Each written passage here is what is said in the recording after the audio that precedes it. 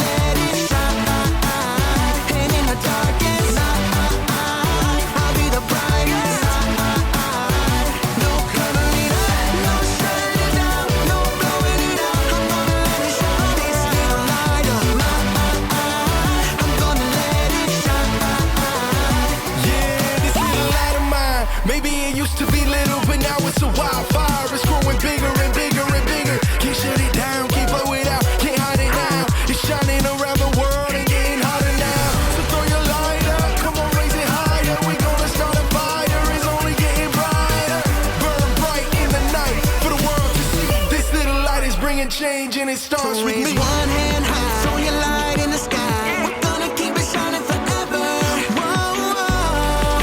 It's brightest when we're shining together. This little light of mine, I'm gonna let it shine. And in the darkest night, I'll be the brightest light.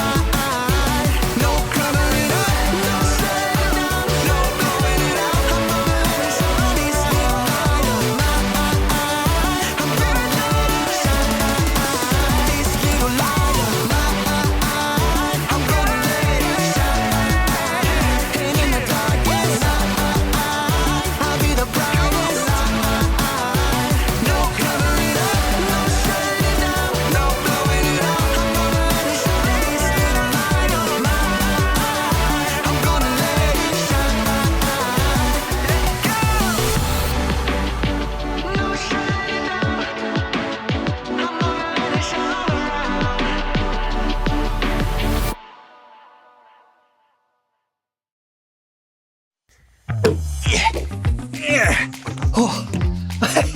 Welcome to Storyland. Oh, oops. Whoa. Well, this week we're taking a look at the way God wants us to shine, but not directly in people's eyes.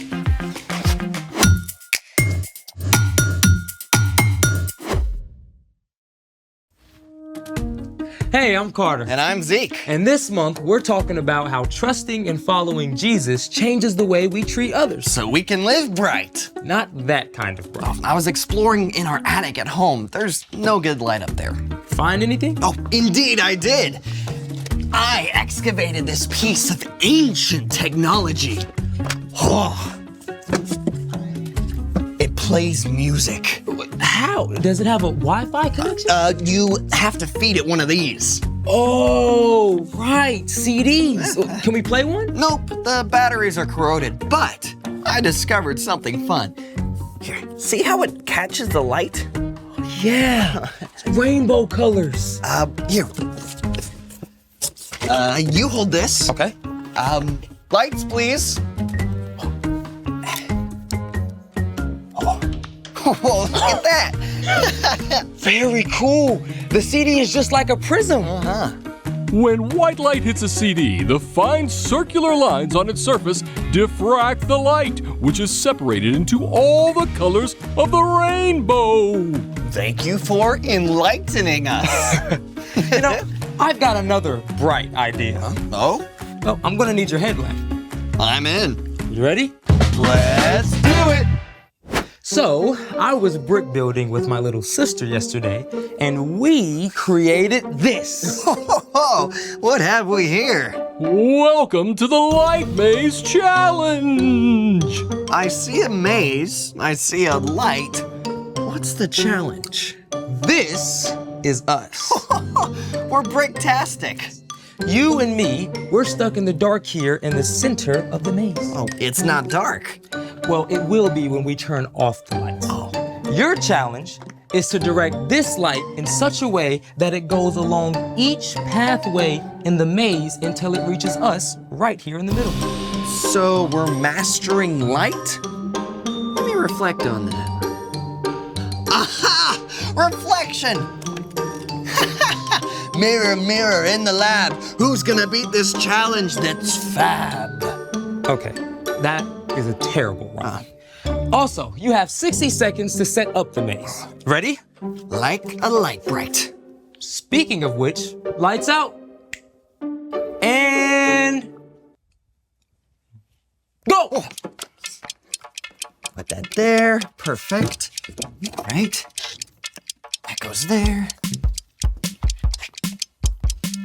It's already reflecting. Yes, look at that. Nice, nice. Just a little bit more. I can see the light. There it is. It's almost reached us. And done! You've managed to beat the challenge and rescue us from the peril of the dark. Lights! You did it! Amazing! As light enters the maze, it reflects off each mirror in order until it reaches us in the center. Oh, thanks for making my day just a little bit brighter, bro. Anytime. Speaking of brighter, it's time for The story before the story. Today, we're in the book of Matthew. Matthew was one of the 4 books called the Gospels. These books tell stories from the life of Jesus. Matthew was written down by one of Jesus' followers, a tax collector whose life was turned upside down by his friendship with Jesus. When Jesus was about 30 years old, he began to travel from town to town, teaching and healing. Everywhere Jesus went, big crowds gathered. Many sick people were desperate to be made well, and Jesus healed them. But Jesus also cared about people's hearts and minds. So he showed them what it looks like to shine God's light by loving others. Which is where our story starts. Take it away. Hey everyone, I'm Brian.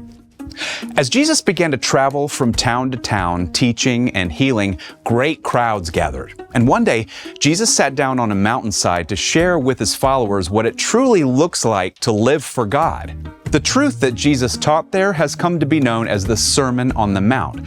And today we're going to take a look at something Jesus said about us. You are the light of the world. Yeah, you, me, everybody who follows Jesus.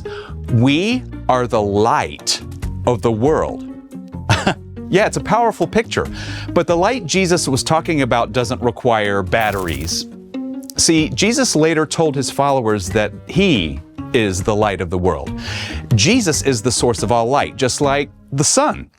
And we don't have our own light. But just like the moon reflects the light from the sun, we can reflect the light of Jesus to the world around us. Jesus had more to say about how we can be light. A town built on a hill can't be hidden. Now, we don't know if Jesus was referring to a specific hill, but from where he sat, it's likely he could see a fortress on one of the highest mountains in the land. In fact, cities and towns were often built on high ground at that time, where they could be seen by all the surrounding area. Now, fire up your imagination for a moment and picture this. You've been traveling all day, and you're hungry and exhausted. What's more, it's getting dark, and you can barely see the road ahead.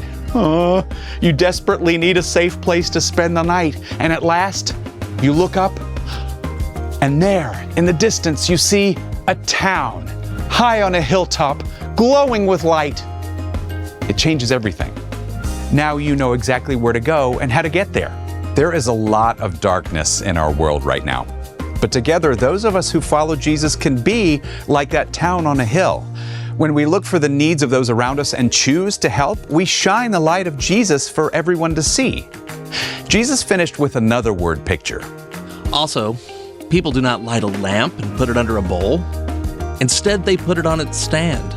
Then it gives light to everyone in the house. In the same way, let your light shine so others can see it. Then they will see the good things you do, and they will bring glory to your Father who is in heaven. Every day we each have the opportunity to be light, like a lamp. And as we all know, it's not helpful to cover up a lamp. So not helpful. Here's how you fit in. God has given you love, forgiveness, joy, and a unique set of gifts. And if you don't share those things, it's like sticking a cover over your light. But when you do choose to share what God has given you, then you reflect the light of Jesus. Maybe your mom is having a super stressful day, and you might take a few minutes to help her out. That small act of kindness can remind your mom that God is always with her, even during a hard day. Or maybe there's a kid in your class who's been really quiet lately. You can offer a word of encouragement and be willing to listen, or even just sit with them. That kind of light can remind someone that they are valuable and deeply loved by God. When you choose to share what God has given you and love like Jesus, you shine light everywhere you go. The end. Gotta be real. Some days I feel more like a burnt out bulb than a bright light. I mean, I don't know if I want everyone looking at me. Oh, that's okay. I mean, being a light doesn't have to mean lots of pressure to be perfect. So, what's our part in the story? Well, because Jesus is the light of the world, our job is simply to follow in his steps and reflect his light by showing compassion to the people around us. Compassion is caring enough to do something about someone else's needs. So I guess the first step is really just paying attention. That's right. You can ask God to open your eyes to the needs of the people in your life. And meeting those needs may be very simple. Like giving up a few minutes of your recess to help a friend find their lost water bottle. Or taking some of the cookies you and your mom baked to the lonely neighbor next door. What about a smile? Oh, for sure. I mean, if a friend is bored or bummed out, sometimes sharing a simple smile is enough to change their mood. It all comes back to keeping your eyes open and loving like Jesus. You've definitely got it. See you next time. So, here's the thing. You can shine God's light. And you can do it in amazing ways. You know, I bet we can make this even more epic. I got more bricks. Oh, Oh yeah. Thanks for joining us in the Story Lab. See you next time. Okay. You think we should like make a roof? Oh yeah, absolutely. Yeah. We can Okay. use this. I'll put that on Like the corner there. Yeah.